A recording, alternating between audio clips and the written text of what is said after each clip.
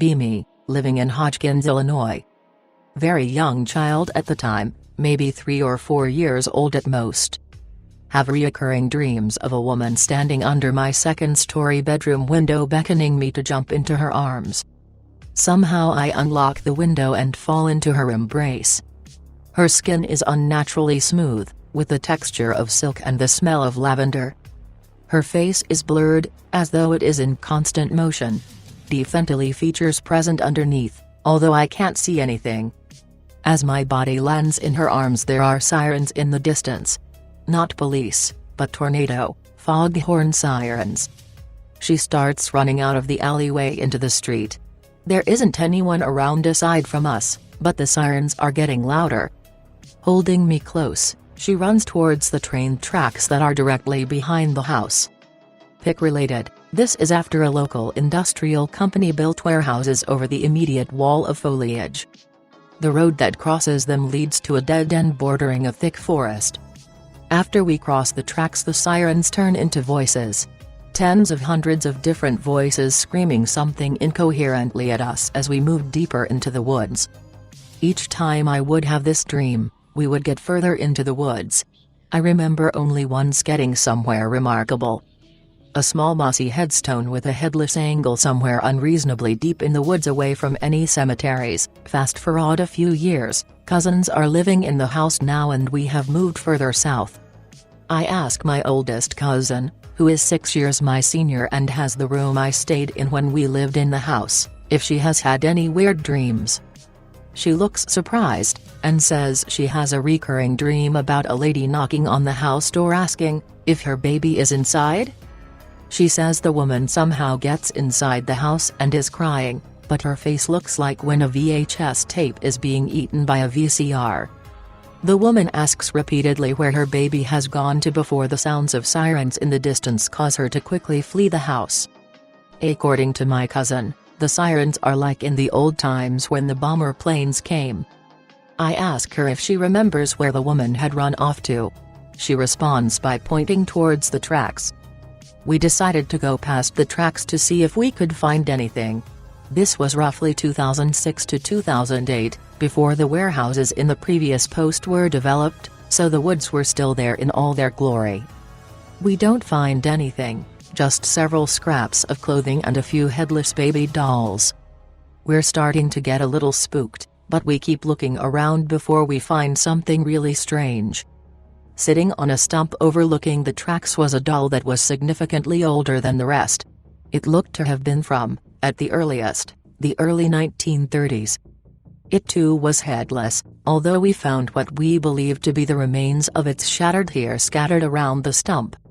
We're really freaking out at this point, so we decide to go back to the house and tell my aunt about what we've found. As we are crossing the tracks we hear it. Crying. Fucking crying coming from right behind us in the woods.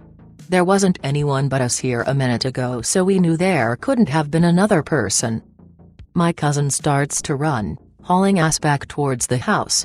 But I am standing there, paralyzed with both confusion and fear. I slowly turn around to see that all of the dolls are now flipped to be standing on their necks, feet towards the sky. The oldest doll was no longer sitting on the stump, its head was nowhere to be seen. I am shitting bricks by this point and I start to run as fast as my legs can carry me. Screaming and crying. I looked back only once after I had crossed the threshold into the neighborhood to see the shape of someone standing on the tracks. It was the woman from the dream, standing with her back towards me, looking out towards the woods. It couldn't have been more than a few seconds before she began to make haste towards the tree line, quickly disappearing into the overgrowth. We make it back to the house, screaming and crying to my aunt about how there is a woman in the woods. She doesn't believe us when we tell her about the crying or about the woman I saw running into the woods. My aunt was convinced that we had seen a homeless person who was taking shelter there for the day. It isn't out of the question, especially for the area, but both my cousin and I remain unconvinced. To this day, neither of us are sure as to what exactly we saw. My cousin claims that the dream stopped shortly after that experience, with the woman coming to the door in the last dream saying, "I found my baby." before quickly fleeing back across the tracks. She claims to still hear the sounds of a baby cooing from somewhere near the tracks the few times she has had to pass them after dark. This next story takes place on Archer Avenue. For the uninitiated, Archer Avenue is something of a focal point for the supernatural happenings near the Chicagoland area. From the legend of Resurrection Mary to various other unexplainable phenomena, many of my stories take place on this stretch of 33-mile road. Be driving to get something to eat. Roughly 6:30 to 7:30 at night, relatively low traffic for a Friday evening. After turning onto Archer from 83, there is an immediate change of atmosphere. There is something in the air, a kind of stench that seemed like a mix of industrial runoff, burning rubber and rotting meat. Immediately on edge because of various past experiences with similar smells while alone in the wilderness. Continue to drive further on Archer, eventually coming to a part of the road where a wide clearing is visible. From the right side of the road, pig-related. In the field I can see something big, like a bear but without any hair. It looked somewhere between malnourished and meaty, with parts of its body being thicker with fat than the others. It had what looked like swollen humanoid hands on its front appendages. Its head was elongated, like that of a horse, but with human and cattle features with deep, sunken-in eyes that glowed in the light of the passing light of the headlights. Genuine for .mp3. It stares at me from the field as I push harder on the accelerator, quickly passing it as I wanted nothing to do with whatever the fuck is lingering in the forest.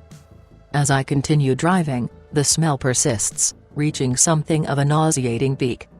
In the faint glow of my headlights I can see the reflection of that thing's eyes several yards behind me in the roadside ditch.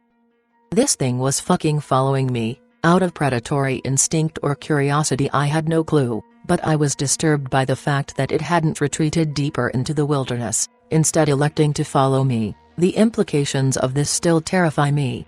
It showed little signs of struggling to keep pace, meaning that this thing was capable of speeds that would surely outmatch my 2011 Chevy. I couldn't see much of it at this point, only the reflection of its eyes and long snout, but I could tell that it was in a crouch as it pursued, attempting to keep low. It followed me until we reached the intersection between Archer and Willow Springs before dipping back into the forest. I'm not sure what it was, although I have seen various things that resemble skinwalkers. I am inclined to believe this was something else, something that could have easily killed me and destroyed my vehicle with little effort.